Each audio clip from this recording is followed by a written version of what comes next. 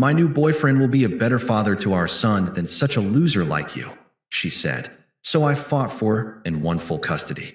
Now she sees him every other weekend while I'm planning his college fund. Hey viewers, before we move on to the video, please make sure to subscribe to the channel and hit the like button if you want to see more stories like this. Thanks. The best sound in the world is a 4-year-old's laugh. It's this pure, unfiltered burst of joy that can erase a 12-hour shift, a bad day, the whole damn world. I was hearing it now, as Leo zoomed his stegosaurus along the edge of the bathtub, making roaring sounds that were more squeak than roar. And then the T-Rex comes, I narrated, lowering my voice. But Steggy is too smart. He hides in the forest. Leo's eyes went wide with mock terror. The forest is the bubbles, Daddy. Exactly. The T-Rex can't see him in the bubbles. This was our ritual. Bath, books, bed. I handled the nights I wasn't on a late shift. It was the non-negotiable part of my day, the anchor point. My hands, still calloused and grimy from a day fitting pipes and hauling equipment, looked comically large and rough next to his small, smooth back as I washed him. It was a contrast I never failed to notice. My job was to build and maintain. My purpose was right here in this tub. From the doorway, a voice, sharp and clipped. Are you almost done? It's getting late. Qley stood there, leaning against the frame, her phone casting a bluish glow on her face. She was already dressed for a night out, a sleek black top, jeans that looked painted on. Her hair was perfect. Just about, I said, keeping my voice light. We're at the climax of the dinosaur bubble forest saga. She didn't smile. Her eyes flicked from me to Leo and back to her screen. Mark got us reservations at Verve at 9. It's impossible to get into. I need to finish my makeup. Mark, her new boss. The name was becoming a constant, low-frequency hum in our apartment, like a fridge about to break. He was in venture capital or asset management, something that sounded important and paid enough for impossible reservations. We'll be out of your way in 5, I promised. She sighed, a sound of profound inconvenience, and pushed off the doorframe, her heels clicking down the hallway. I focused back on Leo, pushing the unease down. I got him out, dried him off, and wrestled him into his dinosaur pajamas. The whole time, my mind replayed the last few months. Qley's new job, her new wardrobe, her new disdain for our basic life. She'd started calling my construction foreman gig uninspired. You have no portfolio, Liam. Just a paycheck. I'd laughed it off at first, thinking it was stress. Now, the jokes had dried up. After 2 stories, the Gruffalo and good night, construction site, Leo's eyelids were heavy. I tucked him in, kissing his forehead. Love you, buddy. Love you, Daddy, he murmured, already half in a dream. I closed his door softly, the warmth of the moment evaporating as I stepped into the living room. Qley was by the mirror, applying a final coat of lipstick. The apartment felt different when she was like this, charged with a nervous, impatient energy. You look nice, I offered, because it was true, and because it was what you were supposed to say to your wife. It's a nice place, she replied, not looking at me. Mark says it's where the city's real movers go. She slipped her phone into her clutch. There's leftover pasta for you. I'll be late. And then she was gone, the door clicking shut, leaving me in the sudden, heavy silence. The next day was my Saturday with Leo. My favorite day. We were going to the Science Museum, then the park. I arrived at his daycare center at 4 p.m. sharp, still in my work clothes, a little dust on my boots. I pushed the door open, the familiar smell of crayons and disinfectant hitting me. And then I froze. There, in the bright, chaotic hallway, was Qley. And next to her, a man in a tailored navy blue coat, Mark. But that wasn't what stopped the air in my lungs. It was the fact that Leo was holding Mark's hand. And Qley was smiling, a genuine, easy smile I hadn't seen directed at me in months, as she adjusted the collar on Leo's little jacket. They looked like a unit, a family. My feet felt rooted to the linoleum. I watched as Mark said something to Leo, and Leo looked up at him, not with suspicion, but with a child's open curiosity. A cold knot tightened in my stomach. This wasn't a business dinner. This was a pickup. Qley's eyes lifted and met mine. The smile vanished from her face, replaced by a flicker of surprise, then something harder, defiance. She said something to Mark, who turned to look at me. His expression was one of mild, arrogant appraisal. He didn't let go of Leo's hand. I walked over, the noise of the daycare fading into a dull roar in my ears. "Liam," Qley said, her voice tight. "You're early." "I'm on time," I said, my voice quieter than I intended. My eyes were locked on Leo. "Hey, buddy, ready to see some dinosaurs?" Leo looked between us, sensing the tension. "Mark says he knows where there's a real T-Rex skeleton." My gaze shifted to Mark. "That's great." I then looked back at Qley. "I'll take him from here."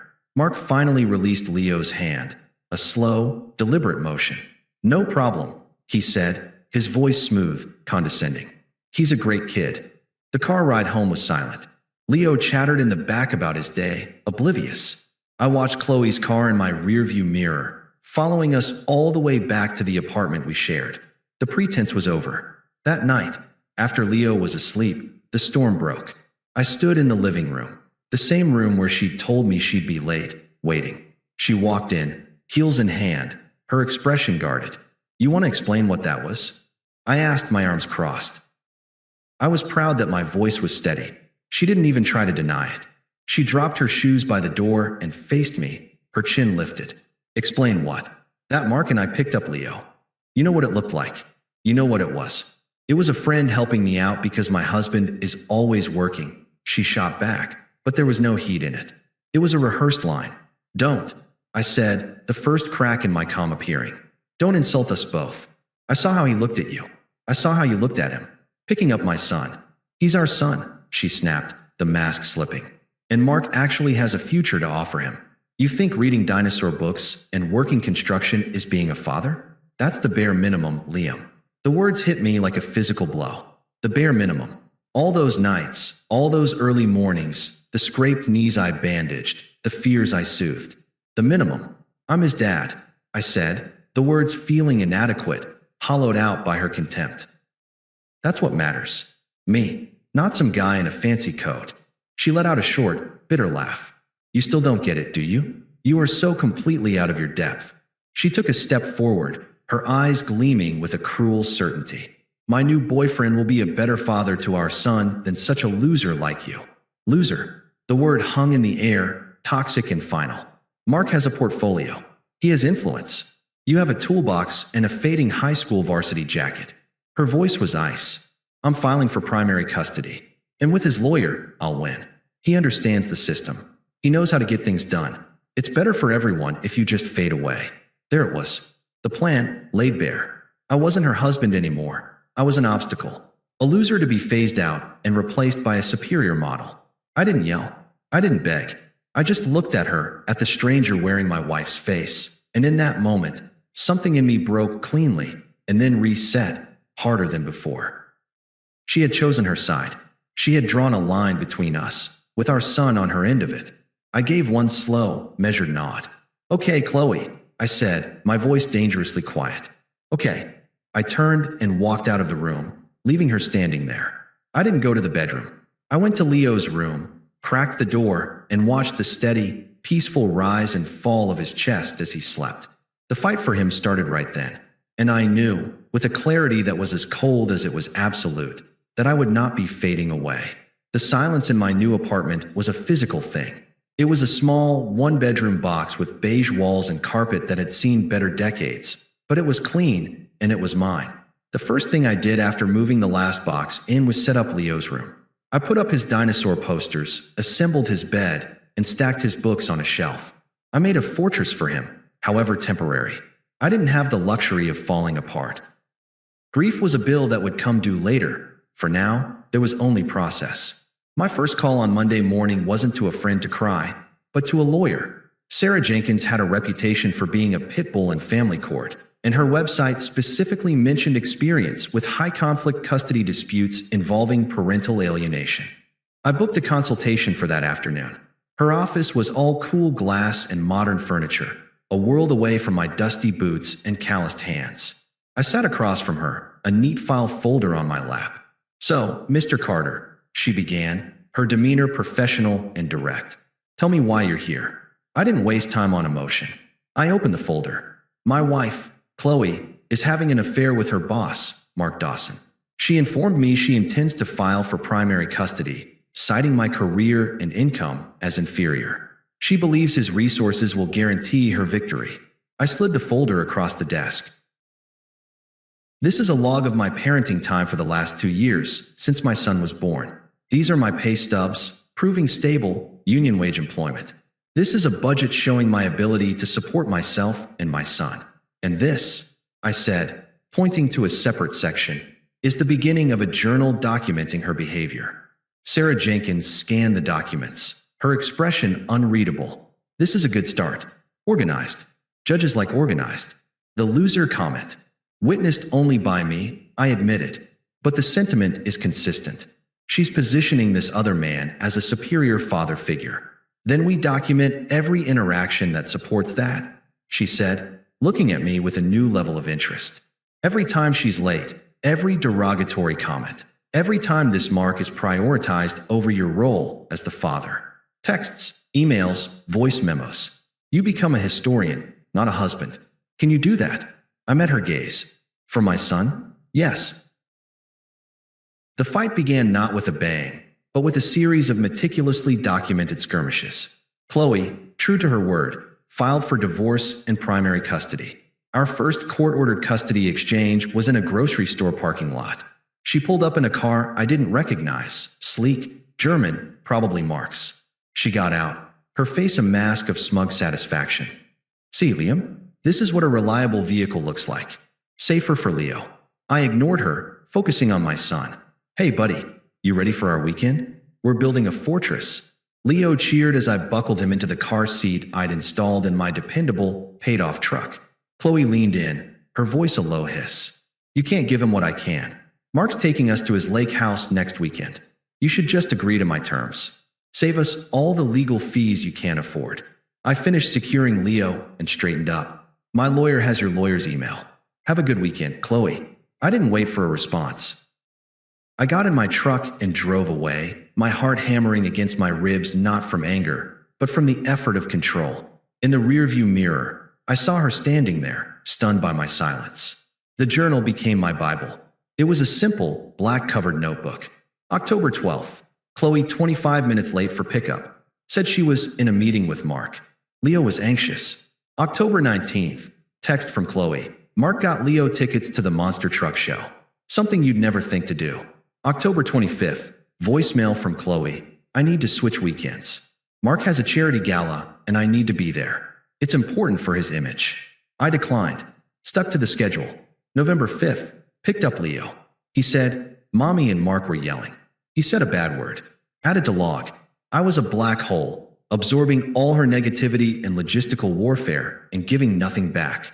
No anger, no pleas, just the immutable facts of the parenting plan and the quiet hum of my documentation. The emotional middle came on a random Tuesday night. Leo was with his mother. My apartment was too quiet. I sat on my sofa, the black journal on the coffee table, and I allowed myself, for just a moment, to feel the weight of it. The unfairness was a lead blanket. I had done everything I was supposed to do. I worked hard, I loved my family, I was faithful, and it had meant nothing. I looked at a photo on my phone of Leo and me at the park, his face smeared with ice cream, and the loneliness was a physical ache. This wasn't weakness. This was the fuel. I closed the photo, picked up the journal, and made another entry. The feeling passed. The mission remained. The first crack appeared about 3 months in. I was dropping Leo off after our weekend. As I unbuckled him, he looked up at me, his little brow furrowed. Daddy? Is Mark mad at me? My blood went cold. I kept my voice casual. Why would you think that, buddy? He yelled when I spilled my apple juice on the new chair. He said I was a clumsy little mess.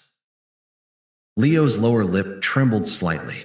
Mommy told him to stop, but he was still loud. I hugged him tight, my jaw clenched so hard it hurt. You are not a mess, Leo. You are a wonderful boy. Accidents happen. I added the incident to the journal, word for word, with the date and time. It was no longer just about disrespect towards me. It was about the environment she was subjecting him to. The text from Qley began to shift. The smugness was now layered with a brittle tension. Qley, we need to talk about the schedule. Mark's work is very demanding and your rigidity is causing problems. Me, the schedule is set by the court.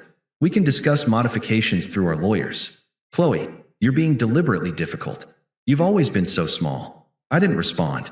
A week later, she was 15 minutes late for a pickup. When she arrived, she was alone, her eyes red-rimmed. The fancy German car was gone. She was driving her old sedan. Where's Leo's car seat? I asked calmly. It's in Mark's car, she snapped, then seemed to deflate. We had a fight. I simply went inside, retrieved the spare car seat I'd bought, and installed it in her car without a word. My silence was clearly unnerving her more than any argument would have. The karma hit in stages, each piece reported to me by a suddenly chatty mutual friend or, more tellingly, revealed in Qley's increasingly unhinged communications. The first was the breakup. Mark, it turned out, had enjoyed the fantasy of playing house with a ready-made family about as much as he enjoyed a long-term lease. The reality of parenting, the mess, the noise, the responsibility, was a buzzkill. He broke it off with her over a business lunch, telling her, according to our mutual friend, "This was fun, Qley, but I never signed up to be a stepdad. It's bad for my brand." The second stage was the financial collapse. Without Mark subsidizing her life, the expensive apartment, the car payments, and her lawyer's retainer became anchors dragging her down. The texts became desperate. "Qley, Liam, we need to talk. I'm under a lot of stress. He just left. I don't know what to do. Qley, this is all your fault. If you had just been more ambitious, none of this would have happened. Qley, my lawyer is dropping me. I can't afford him. You win, okay? You win. Can we just talk like adults?" The climax came on a rainy Thursday. She was supposed to pick up Leo at 6 p.m. from my apartment. By 6:45, there was no sign of her. Leo was getting anxious. At 7:10, my phone rang. It was her. Her voice was slurred, thick with tears and something else. "Wine, probably. I can't do it. I can't come. You keep him. Qley, where are you? Are you safe to drive?" A harsh, broken laugh. "What do you care? He's your son, right? You're the great father. You have him. I'm done." There was a sound of glass breaking in the background. "He said I was a burden. He said you were a loser, but you're so calm. It's disgusting." I hit the record button on my phone. "Qley, I need you to tell me you are formally relinquishing your pickup tonight for the safety of our son." "I'm not. I can't. He's gone, Liam. He's gone and he took everything and it's your fault." She was sobbing now, raging. "You were supposed to fight for me. You were just supposed to take it. Why didn't you just fade away?" The line went dead. I looked down at my phone. The recording was saved. In the serene quiet of my apartment, with my son safely building a Lego castle in his room, I opened the black journal. In neat, precise handwriting, I made my final entry for the day. Date, redacted. 7:12 p.m. Mother called, emotionally distraught, verbally abusive, and potentially intoxicated. She stated, "I can't come. You keep him, and I'm done."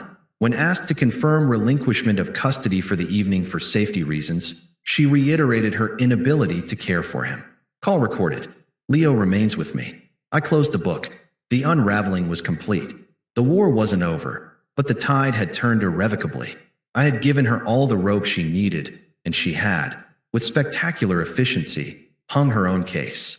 The victory in court was quiet, anticlimactic, and total. There was no dramatic, Hollywood-style showdown. It was a series of documents, my black journal entered as evidence. The recorded phone call played in a sterile room. Qley's lawyer, underpaid and unprepared, offered little defense against the mountain of documented instability. The judge, a weary-looking woman with sharp eyes, granted me primary physical custody. Qley was awarded standard visitation. Every other weekend, one night a week for dinner. She was apoplectic in the hallway outside the courtroom. "This is a travesty. You documented everything? You set me up. I didn't look at her. I looked at my lawyer." "Thank you, Sarah. You did the work, Liam," she said, shaking my hand. "I just presented it." The first attempt at contact came that night. A text, so different in tone from her previous venom it might as well have been from another person. "Qley, Liam, I made a huge mistake. I see that now. Can we talk?" For Leo, I stared at the message. The manipulation was so transparent, it was almost pathetic. I didn't reply. I saved the message, took a screenshot, and filed it away in a digital folder I'd labeled post-judgment. I was still the historian. A week later, As I was reading Leo a bedtime story, my phone lit up with a photo. It was an old picture from a vacation before Leo was born. The three of us, Qley, a younger, happier me, and a goofy-looking golden retriever weed since given to her parents, were on a beach, smiling. The text below read, "Qley, remember this? We were so happy. We can be again. He needs his whole family." A cold anger stirred in my gut, but I quashed it. She was using our past, our son, as a tool. I deleted the photo and archived the text. No response. The desperation escalated. The weekly dinner pickups became her new stage. She'd show up looking increasingly haggard, the expensive clothes replaced by discount store bargains. She'd try to engage me in conversation while I buckled Leo into her car. "The apartment feels so empty without him," she'd say, her voice a carefully crafted tremolo. "I'm sure," I'd reply, my tone neutral, finalizing the car seat buckle. "Don't you miss it? Any of it?" "I miss the dog sometimes," I said, and closed the car door. The third attempt, the angry one, happened in the parking lot of a supermarket, our neutral exchange point. It was her weekend. Leo was already in my truck, excited for a trip to the zoo. As I turned to get into the driver's seat, she grabbed my arm. Her grip was tight, frantic. "Liam, wait. Please." I gently but firmly removed her hand. "The schedule is the schedule, Qley." "Stop saying that," she cried, her voice cracking. "He's just a little boy. He needs his mother full time. You're really going to let our family fall apart over one mistake?" "My mistake? You're punishing him to get back at me." I looked at her then, really looked at her. The carefully applied makeup couldn't hide the lines of stress around her eyes. The entitlement was still there, but it was now twisted with a raw, panicked need. "My lawyer has the schedule. We'll stick to that," I said, my voice flat. It was the wrong thing to say. It was the truth, and it was the one thing she couldn't bear. Her face contorted, the mask of the wounded victim shattering to reveal the fuming, cornered animal beneath. "You're enjoying this, aren't you?" she spat, her voice a low, venomous hiss. "You pathetic loser. You're using my son to get back at me. You think you've won? You're just a lonely man in a shitty apartment with a custody order. You have nothing." I held her gaze, my expression unchanging. Her words were just noise now, empty shells hitting armor they could no longer penetrate. "Goodbye, Qley," I said. I got into my truck, started the engine, and drove away. In the passenger seat, Leo was quiet for a moment. "Was Mommy mad?" he asked, his small voice tentative. "Mommy's just having a hard day, buddy," I said, my voice softening only for him. "But we're going to see the elephants. Are you ready?" The sound of his cheerful "yeah" filled the cab, washing away the last echo of her fury. A year is a long time in the life of a child, and in the rebuilding of a man. The small, beige apartment was a memory. I'd used the stability of the custody order to qualify for a modest loan, and I bought a house. It wasn't a mansion, but it had 2 bedrooms, a backyard with a tree perfect for a future swing set, and it was ours. I was repainting the porch, a fresh, clean white, when she found us. I saw her car pull up to the curb, old and dusty. She sat there for a full 5 minutes, just watching me work, watching Leo chase a squirrel across the lawn with joyful screams, watching the tangible evidence of a life that had not just survived without her, but had improved. Finally, she got out. She looked thin, worn out. The fight was gone from her posture, replaced by a hollowed-out defeat. "Liam," she said, her voice barely a whisper. I set the paintbrush down on the can. "Qley," she gestured weakly at the house. "This is new. It is." She wrapped her arms around herself, though the day was warm. "I got your address from the court papers." She took a shaky breath. "Liam, please. You won. You have him most of the time. Can't we just be a family again?" "I'm sorry for what I said. All of it. I was stupid. I was blind." She was begging. Truly, honestly begging. This was the moment a part of me had once fantasized about. The moment of total surrender. But the fantasy had died, replaced by a quiet, profound contentment. I looked past her, at Leo, who was now trying to dig a hole to China with a stick. I looked back at her, my eyes clear and calm. "Qley, you were right about one thing," I said, my voice even and firm. A flicker of hope ignited in her eyes. "What?" "It is better for everyone if one of us fades away."